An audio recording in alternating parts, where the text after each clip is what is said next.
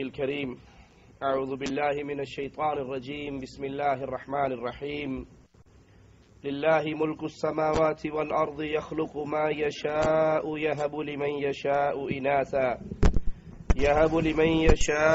إناثا ويهب لمن يشاء الذكور. زمانہ جاہلیت میں عورت ذلت کی دلدل کے اندر گری ہوئی تھی.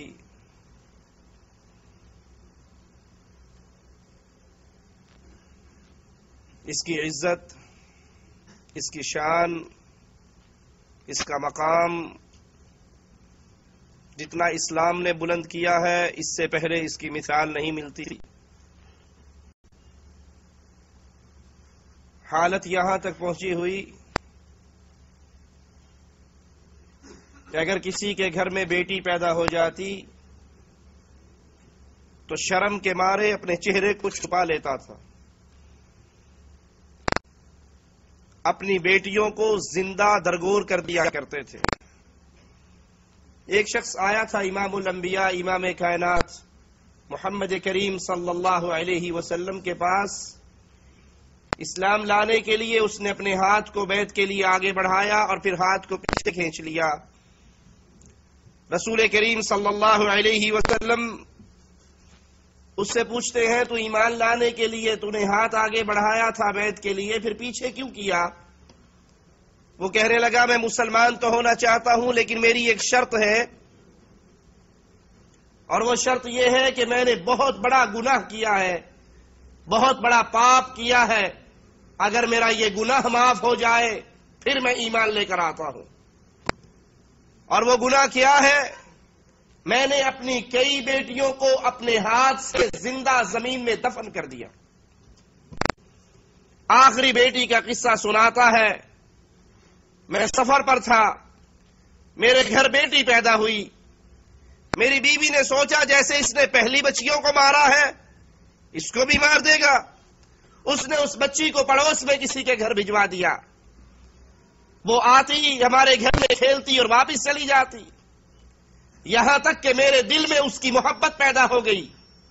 وہ بڑی ہو گئی اور جب اس نے مجھے اس کے ساتھ کھیلتے ہوئے محبت کرتے ہوئے دیکھا، اس نے سوچا کہ اب کچھ نہیں کرے گا. اس نے بتا دیا جس کے ساتھ وہ کھیلتا ہے اپنی بیٹی ہے، یہ تیرا اپنا لختے جگر ہے. کہا اسی دن سے میں نے یہ تہیہ کر لیا جیسے پہلیوں کو مارا ہے اس کو بھی اس کے ساتھ کھیلنے کرتے ہوئے زمین میں گڑا کھودتا ہوں، اس کو اتارتا ہوں، پھر نکالتا ہوں، پھر اتارتا ہوں. اسی ہے باب اس سے مذاق. اور میں اپنی بیٹی کا سائز پورا کر رہا تھا. اور آخری بار جب وہ اتنا تیار ہو گیا میں نے اس پہ مٹی ڈالنی شروع کی. اور جب بیٹی کو احساس ہوا کہ میرا جسم تو جکڑا گیا، یہ کسی اور ارادے سے ہے، وہ رونے لگ گئی، وہ معافی مانگنے لگ گئی، وہ بابا بابا کی صدائیں لگانے لگ گئی. وہ کہنے لگ گئی بابا میں تجھ سے کسی چیز کا سوال نہیں کروں گی، صرف زندگی کی بھیک مانگتی ہوں، وگرنہ قیامت کے دن میرا ہاتھ ہوگا اور تیرا گریبان ہوگا. لیکن اے اللہ کے نبی میرے دل پہ اثر نہ ہوا. میں اتنا پتھر دل کہ میں نے مٹی ڈالتے ہوئے اس کو بھی دفنا دیا اور اس کی چیخوں کو بھی دفنا دیا. وہ چیخیں آج بھی میرے پردہ سماج سے ٹکراتی ہیں. جب اس نے اپنا چہرہ اٹھایا امام الانبیاء علیہ الصلوۃ والسلام کے مبارک چہرے کی طرف دیکھا تو آقا علیہ الصلوۃ والسلام کی آنکھوں سے آنسو گر رہے تھے. جہالت کی یہ بیماری، اہل شرک اور اہل کفر کے دور کا یہ مرض آج کلمہ پڑھ لینے کے باوجود ہمارے معاشرے کے اندر بہت عام ہے. کتنے ہی وہ لوگ ہیں جو اپنے بیوی کا الٹرا ساؤنڈ کرواتے ہیں، پتہ لگتا ہے اگر پیٹ میں بیٹی ہے تو اس کا ابارشن کروا دیتے ہیں، حمل ضائع کروا دیتے ہیں. کتنے ہی بے وقوف وہ نوجوان ہیں جنہوں نے اپنی بیویوں کو 2 یا 3 بیٹیوں کے پیدا ہونے کے جرم میں طلاق دے دی.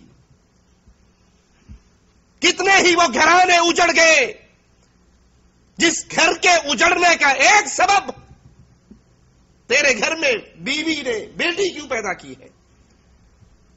کتنی وہ ظالم ساس ہے جو اپنے بیٹے کے گھر کو اجاڑ دیتی ہے، اس کو طلاق دینے پہ مجبور کرتی ہے کہ پہلی بیٹی ہوئی، دوسری بیٹی ہوئی، تیسری بیٹی ہوئی، اور وہ نہیں سمجھتی کہ یہ بیٹیاں دینا، یہ بیٹے دینا بیوی کا کام تو نہیں ہے.